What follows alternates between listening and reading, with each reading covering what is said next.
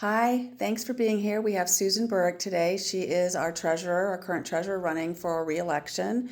Thanks for making the time to come here today, Susan. We've got 5 questions. We've got a timekeeper given about 3 minutes per question. And then we'll have a little bit of time at the end, free flowing question. So these questions are specific to your position, and we'll start off with one that focuses on operations. What experience do you have with managing public funds, and how do you plan to ensure the township's financial stability? I have experience as 9 years as treasurer. And through that time, learning not only on the job but also implementing best internal controls and practices through the consultants and also the MTA. So the last 8 years, I completely changed the operations of the treasurer's office. We used to have, it was mainly operated by the treasurer and the deputy treasurer. And I spent 1 year in that kind of model. So I do have experience with the lack of controls that was done at that time. And also, people may not remember or know, but about 70% of the treasurer's office, the work used to be farmed out. And we had contracted with the bank to do the taxes and a utility billing company to do the utility bills. So I only spent 1 year with that kind of operation.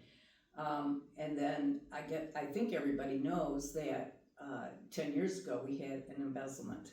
And obviously that setup, that model failed. There weren't proper controls. And so when I got back into office again in 16, I was counseled by the consultants and learned through MTA to learn how to implement better internal controls for the office to prevent theft and fraud.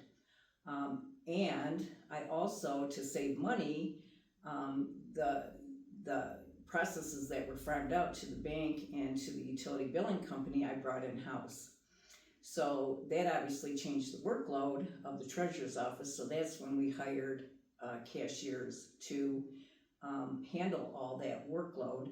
And we also hired a billing coordinator person to work with the utility billing. So we used to have, actually, when we started out, we had two cashiers.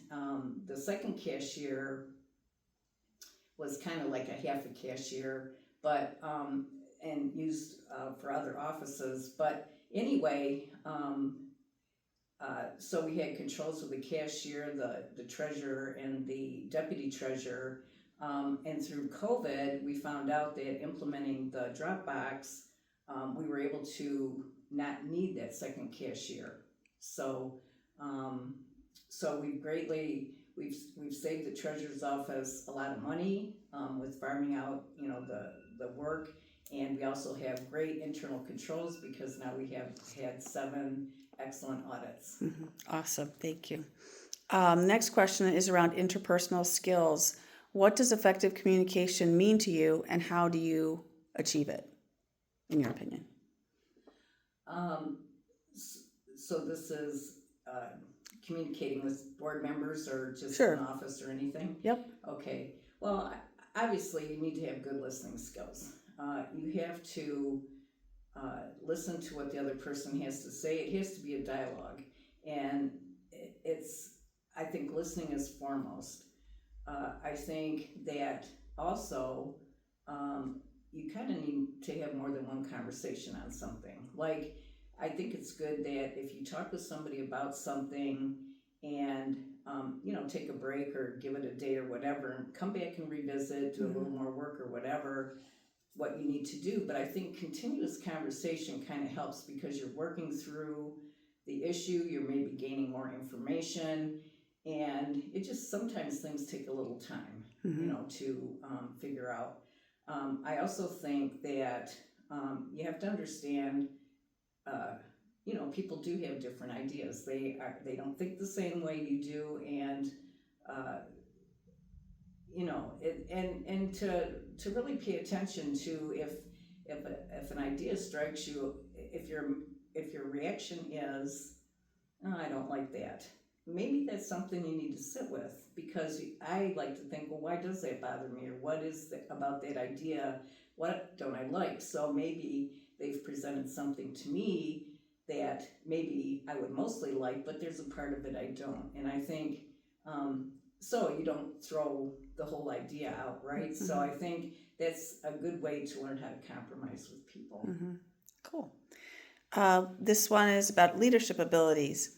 What is your approach to investing township funds, and how will you balance risk with the need for returns?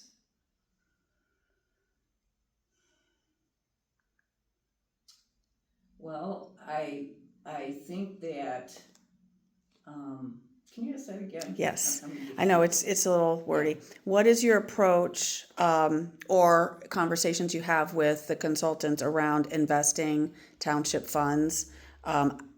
I'm not a treasurer, so I don't know what the process is, like when our money's in a bank account or what have you. And so, how do you approach any funds that we might invest, of our general funds or what have you, and how will you balance the risk with the risk of investing those funds versus any returns that we get on any money? Right. Well, so we do a budget once a year, and that lays out most of our general expenses. We do have, you know, extra money, so we don't budget all the money. But so I think it's a conversation with the board and the residents, like, what are our big issues? What are we facing? What are the residents concerned with? So a lot of that might be, for the roads and ditches, which we regularly visit every year. And but I do think,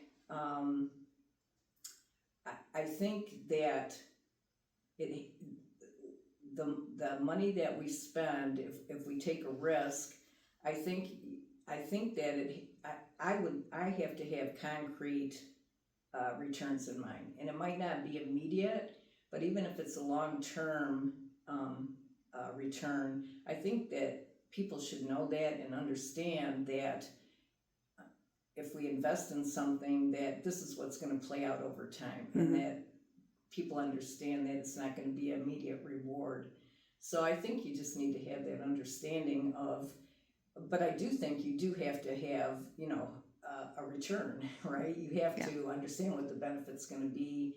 And so I personally just do my homework and try to figure out, but I think it's a conversation with the board and with the residents. Like, I think if you're investing a lot of money, you got to have a lot of input into that, and it's got to satisfy all the players that it touches. Yeah. So Okay. Management skills. How will you ensure that the township's financial information is transparent and accessible to the public? So I right now provide cash summary sheets to the board, which is mandatory through law.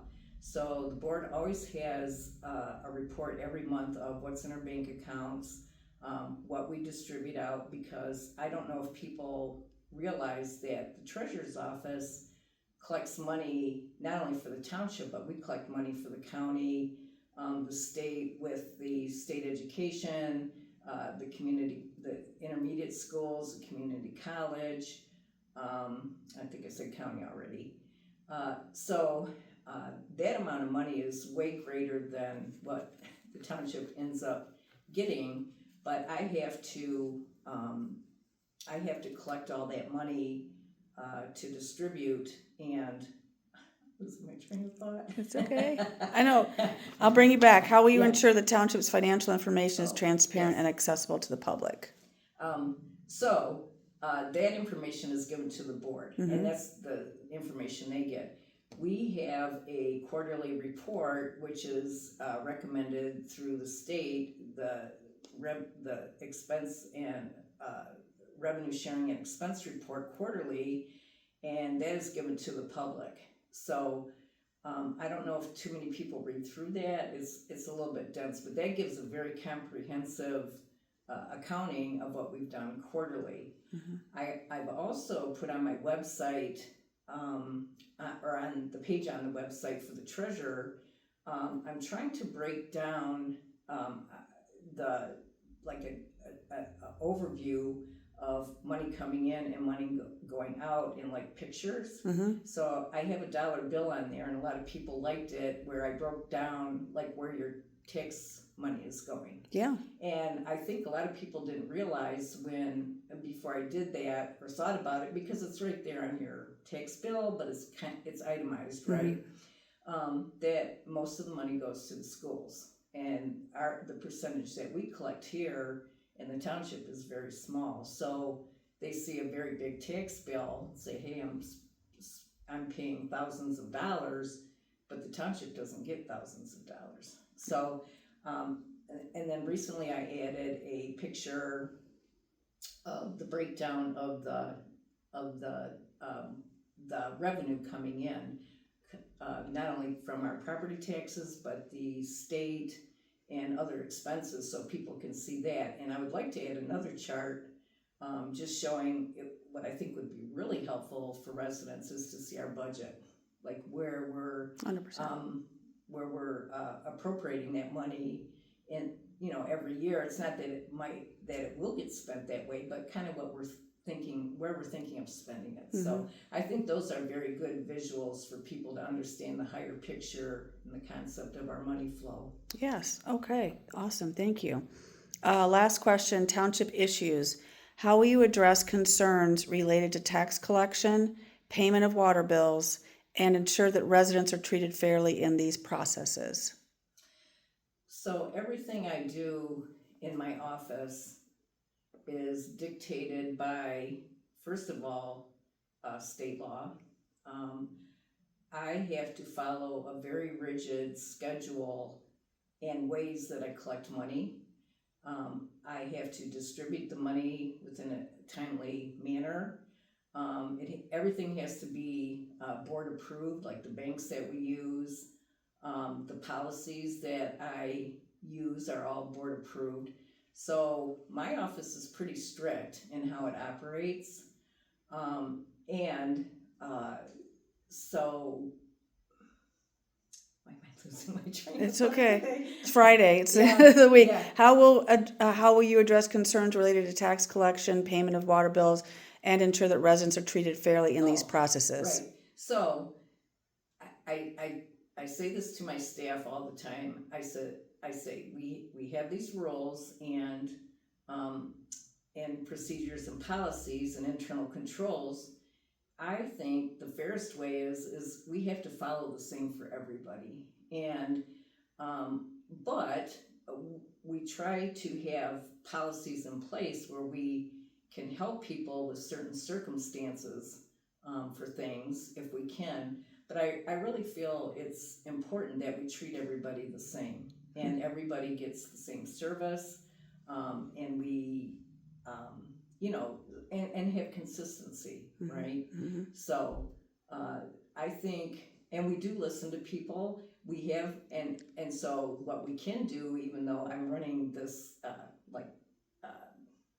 not a schedule, but policies and procedures, which can maybe seem very rigid, we do listen to feedback from people that come in and pay, or email or call us.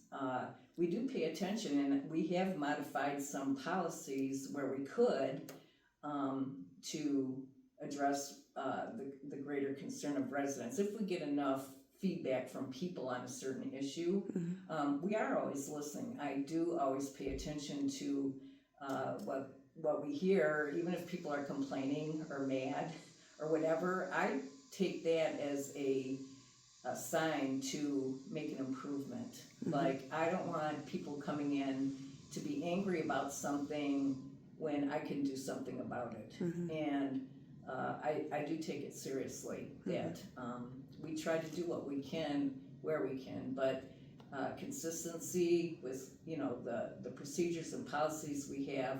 I think then the good side of that is people know what to expect, and that everybody is being treated the same and fairly. To me, that's fairly. Yes, awesome. We are almost at time. Is there any closing statement that you'd like to make to anyone? I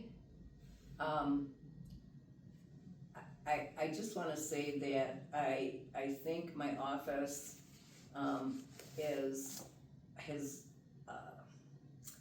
I think it's greatly improved than what it used to be, and I can actually really say to residents that we have this so buttoned down. It would be extremely hard to have fraud and theft in my office, and as much as people think that, I do trust my staff. I tell people I'm honest, but you have to have things in place to make sure that doesn't happen. And I want to tell people that we have consistently applied our statutory duties, or I've applied my statutory duties, and the policies that I need to have in place that the auditors want to see as far as internal controls. We follow to the letter, and foremost is that we protect the township's money, and that theft does not occur, and that the money goes, what I collect in my office, it goes exactly where it needs to go. And I think our 7-year audit, excellent audit record, should speak for itself. Okay. We really, I think we do right by the residents here in the township. All right. Thanks for coming in today, Susan. We appreciate the time.